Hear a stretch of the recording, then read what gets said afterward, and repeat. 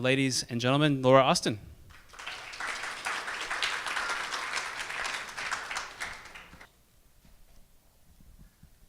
Okay, so before I get started, a little background on me.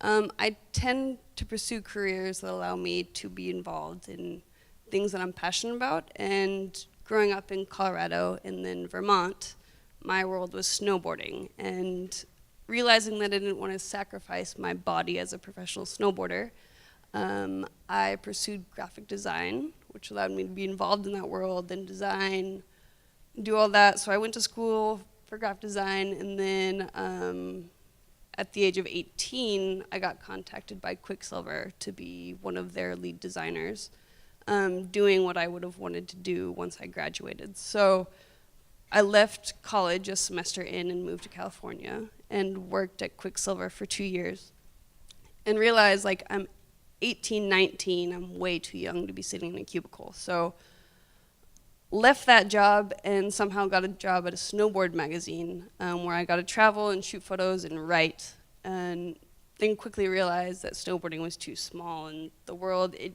just didn't have as much meaning to me as I wanted it to. So left snowboarding and moved to LA and just decided to try and make it as a freelance photographer. So I've been doing that for the past 4 years. And I make my money doing commercial photography, but travel stuff is what is most fulfilling to me.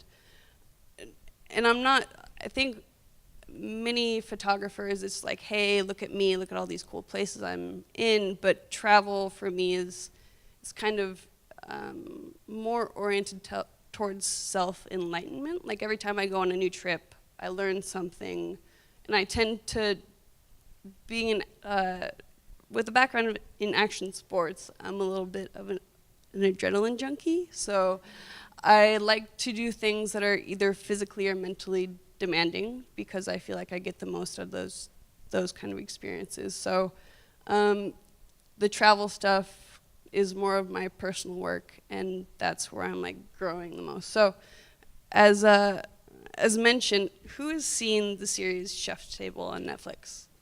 Okay, all right. For a little background for anyone who hasn't seen it, it's this amazing series on Netflix. Each episode documents a different chef. And I watched that series, and there was one episode in particular that stuck out to me, on a chef named Francis Mallman. And Francis, he cooks, he's from Argentina, has a private island in Patagonia, and he cooks strictly like outdoors over open fires. And I watched this episode, and it inspired me so much that I, just as a compliment, left a comment on his Instagram and just saying like, hey, loved your episode, it would be a dream to come and document you and your team in Patagonia. And he sent me a private message back saying like, hey Laura, I love your work, send me an email what you want to do. So I sent him an email, and he's like, yeah, we have this trip planned in August. Fly yourself to Buenos Aires, and the rest of your trip will be covered. So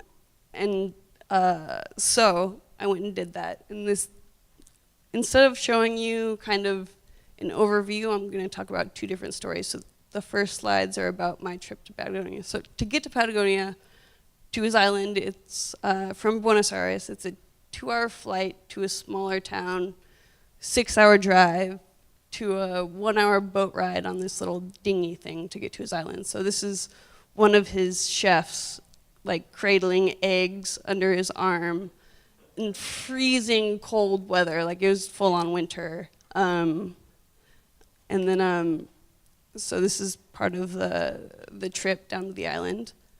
And then this is Francis. Francis is one of the most amazing, inspiring human beings I've ever met. But I got to spend 10 days on the island there, and just as a personal project. Like I didn't have any outlet for these photos. I just wanted to go there and document it and have it be as pure and authentic as I could possibly make it. One of his chefs cutting up some meat, and they have to boat in all the food. We had like 15 people on the island because there was another photo shoot going on there. So they have to boat in all the food. And you're living like he has 2 cabins, both powered on generators. So like it's the most remote place I ever have been, probably ever will be. One of his chefs. So like they make these custom-made fire pits. That's Francis going to catch some fish to cook up. And then I have to give you a little background on this photo. So we went to his brother's house, which is on like the mainland, and you have to hike up about a half an hour. And his brother's house is on the edge of this frozen lake. So they brought these above ground fire pits out onto the frozen lake and started cooking on there, and like it was slowly melting under the fire pits. A little skeptical, but Francis's team carried this table and these chairs out to the middle of this frozen lake, and we ate like a 5-star dinner in the middle of a frozen lake, in the middle of the most remote place you could ever be, served on amazing plates with incredible cutlery, best wine you can get in Argentina. And then as dessert was served, it actually started snowing. So it's just like the most memorable meal I will ever have. And then after our lunch, his brother started whittling hockey sticks out of like limbs that he cut off trees. And it's just like, I will never forget this meal. And then this is someone from New York that was doing the photo shoot. This is just on one of the dinghies that we had out there. And then this guy decided to jump in the water. As soon as he got in the water, he lost his breath and we had to pull him out. Crazy, but made for a good photo. And then this is called asado. I'm sorry for any vegetarians. But they like cut open a pig, put him on basically a cross, and then the thing with Francis is every meal is an experience. Like it takes hours and you're watching and you're involved, so by the time you're eating the food, you feel like you played a part in cooking it, even if you're just sitting back and taking photos of it. But one of the most incredible experiences I've had, and okay, before I start on the next thing. So basically my takeaway from that trip is that if you're inspired by someone, don't be afraid to reach out to them, even if it's a comment on Instagram. You never know what it will turn into. And because of that trip, Francis and I connected on those 10 days, and now I'm like his personal photographer. So anytime, he has like 7 different restaurants all over the world, so anytime he needs photos for anything, I get to travel, meet up with him, eat amazing food, obviously, and he's kind of become a mentor to me. So that incredible experience, and I wouldn't have gotten to experience that if it wasn't for photography, so very thankful for that. The next series of photos is from this tradition I started doing solo road trips. As many kind of life revelations happen, this tradition started based off of a heartbreak, going through a tough time with a boyfriend, and right before New Year's, we decided to take a break. So instead of staying in LA and kind of being miserable, I decided to set off on a road trip by myself to someplace I really wanted to go. And the first trip in particular was to White Sands, New Mexico. So this is all white sand. That's me. So I started this tradition of going on road trips by myself. If anyone had come across me while I was doing this, I actually have my camera set up on a tripod and there's a remote in my hand. So yeah, I ran down this thing probably 20 times, just like jumping and looking like an idiot. And I think people did cross my path one time. They looked at me like I was crazy. I'm like, I swear, this isn't weird. Like, this is what I'm doing. But solo road trips have become a tradition to me. Like anytime I'm going through a tough time and need to kind of deal with anything, when you're driving alone in a car by yourself, you're forced to confront anything that you need to confront. Like, yeah, I mean, you shouldn't be looking at your phone while you're driving, so you're just stuck with your thoughts and whatever you need to deal with. So this has become like a tradition I do every New Year's now, and honestly, anytime I'm lacking inspiration, this is in Colorado, this kind of become a signature shot of my solo road trips. This is in right outside Moab. So the other thing about solo road trips is you don't have anyone to complain about wanting to get up before the sun rises to go on a hike in freezing weather in the dark to get a photo of sunrise. Like, had I been with someone, I probably wouldn't have gotten this photo.